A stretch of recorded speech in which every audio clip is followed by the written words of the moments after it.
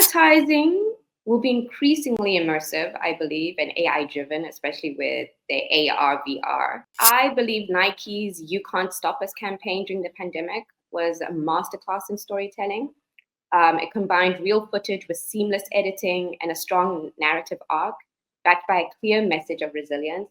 So the headline was powerful, but it was the way the story unfolded visually and emotionally that made it unforgettable.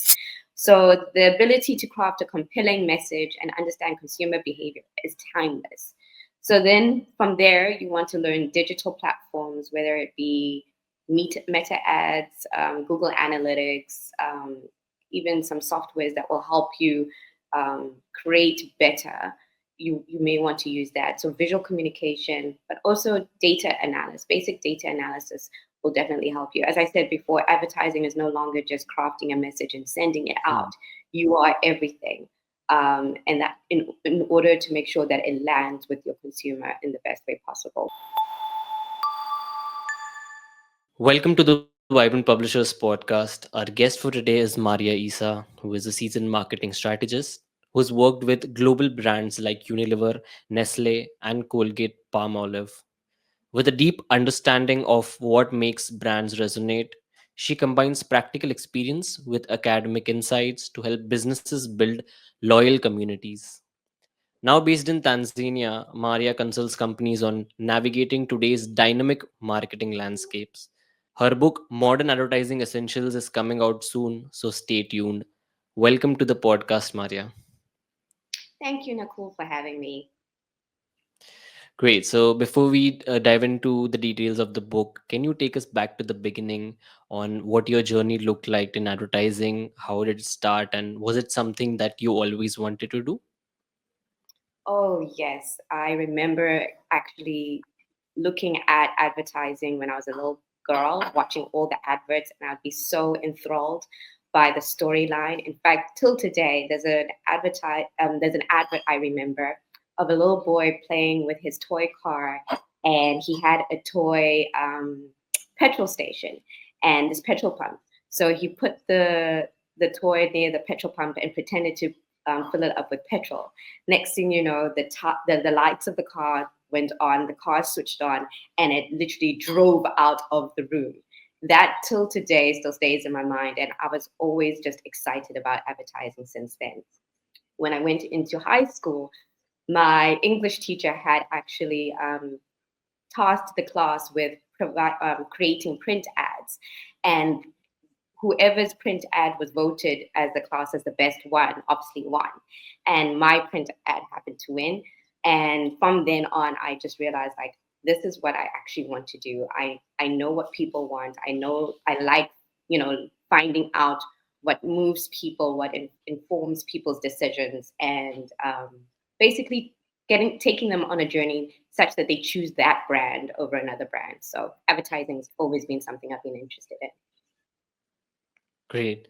Thank you for sharing your journey.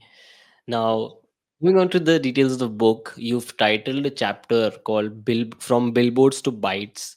Uh, it explains the shift from traditional to digital media. So, how has that, transformed the role of an advertiser? Oh, that has fundamentally defined what it means to be an advertiser, because traditionally media was about broadcasting to broad audiences, often with limited feedback. But today, digital platforms offer precision, interactivity, immediacy. So advertisers are no longer just message senders, they're data analysts, content strategists, community builders. It's about delivering the right message to the right person at the right time, but now it's in real time. Okay, great, right. So, moving on to the details of chapter two in depth, you also explore psychology on why people buy.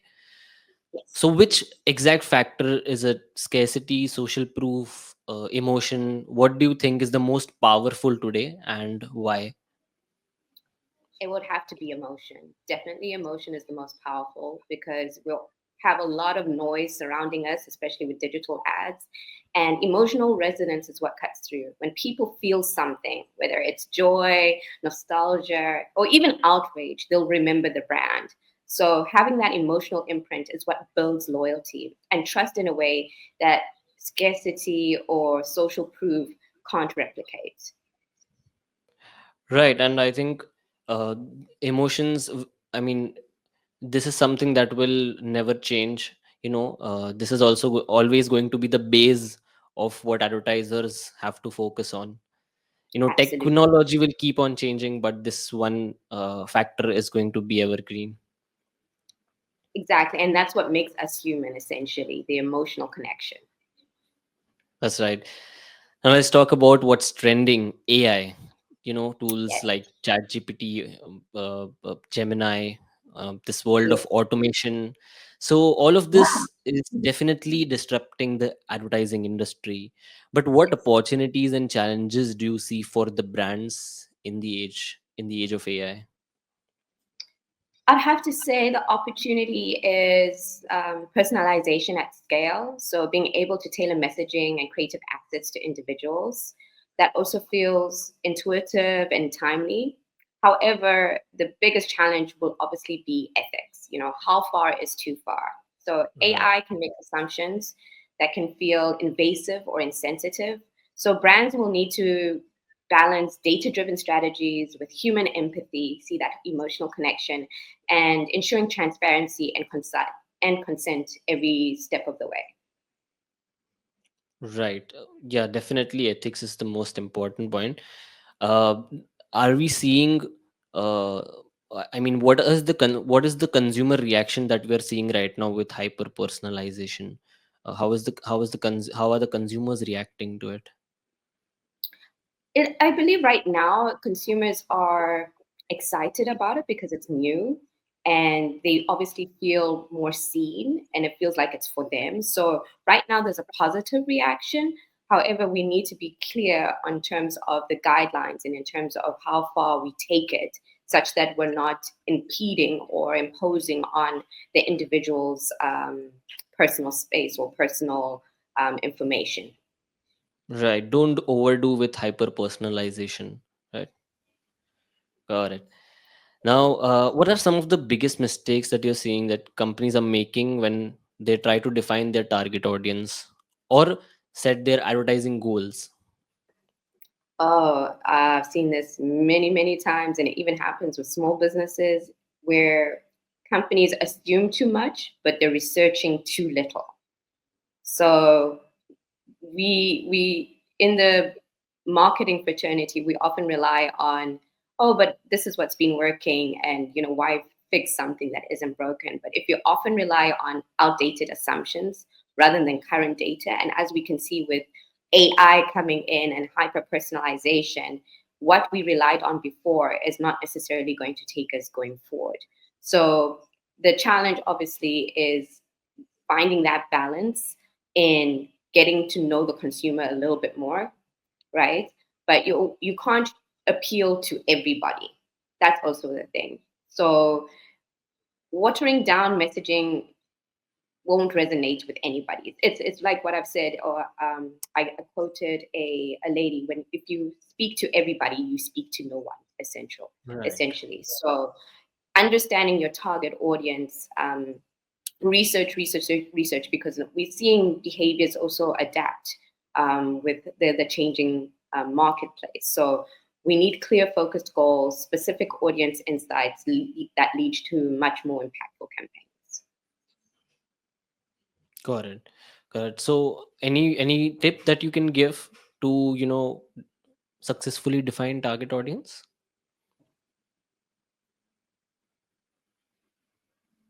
Hmm. Besides, like following consumers directly, I think no one can really do that in detail. I would say stay curious. Even when you believe you've got enough info, there's still a lot more that you can learn. So stay curious and observe. I found that observing behaviors, even through online information, you will get a lot more than relying on data that's 5, 10 years old. So stay curious and be observant of how the your target audience is responding or how they're behaving to media. Right, correct. Now, talking about one of the most interesting topics that you've covered in chapter 5, it's storytelling, right? Yes, So storytelling, this is something that's been connecting humans since forever, right? And yes. things like storytelling and in this age, scroll stopping headlines, they are hot topics. So can you share an example of a campaign that has truly nailed both, and what is the importance of storytelling in advertising? Sure.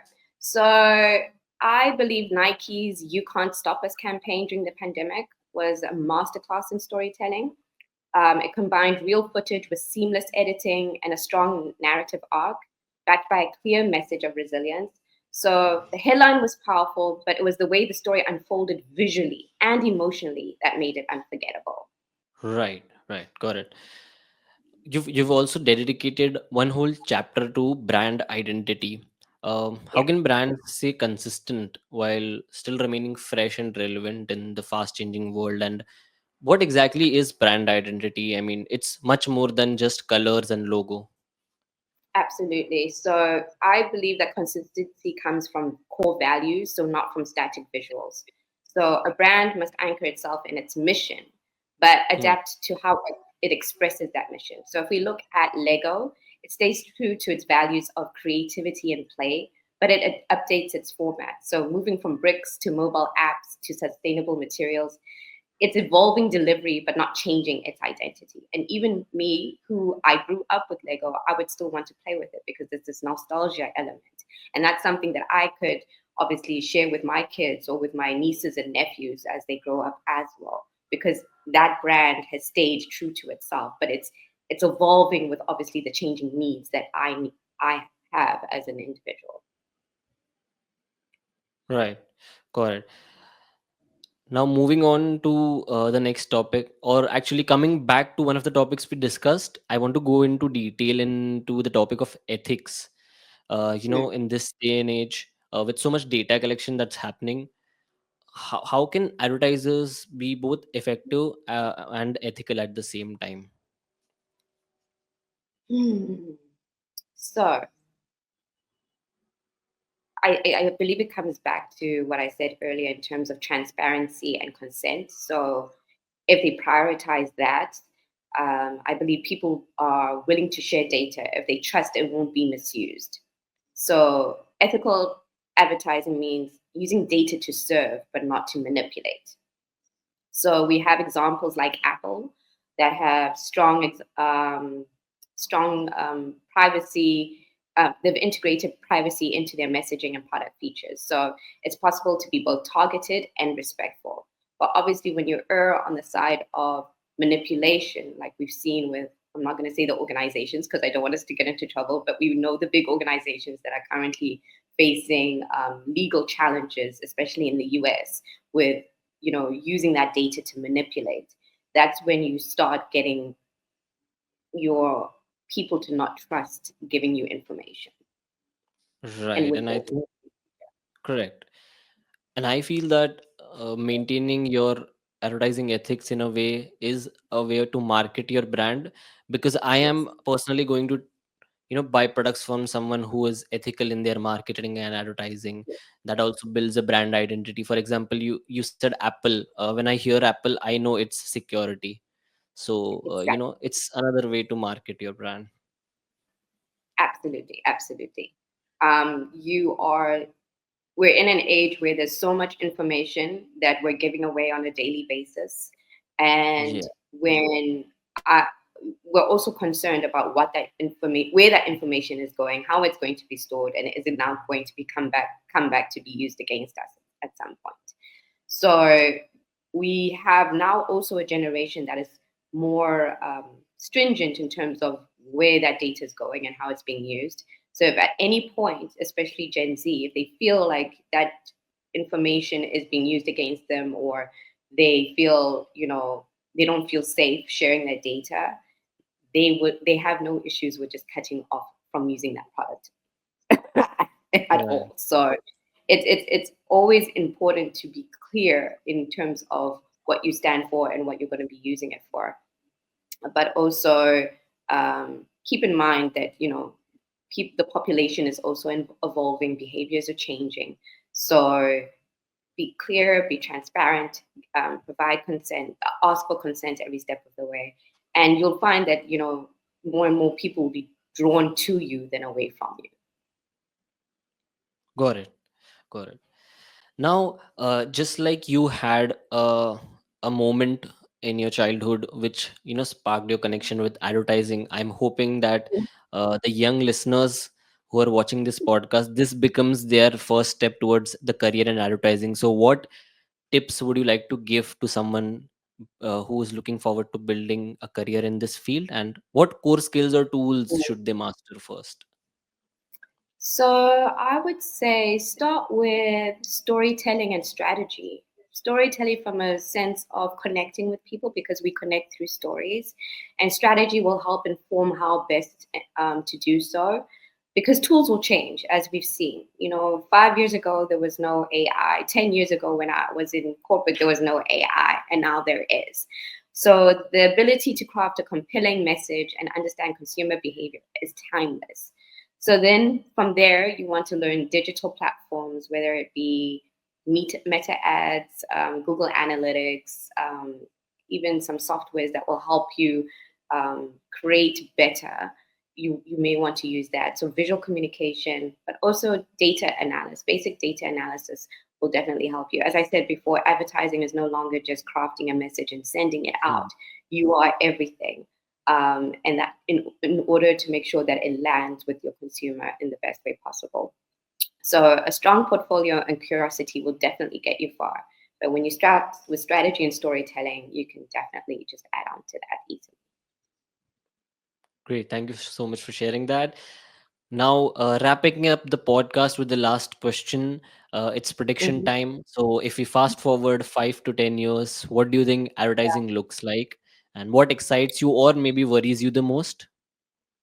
Mm. So advertising will be increasingly immersive, I believe, and AI driven, especially with the AR, VR. We've got voice interaction coming in, and personalization will be the norm.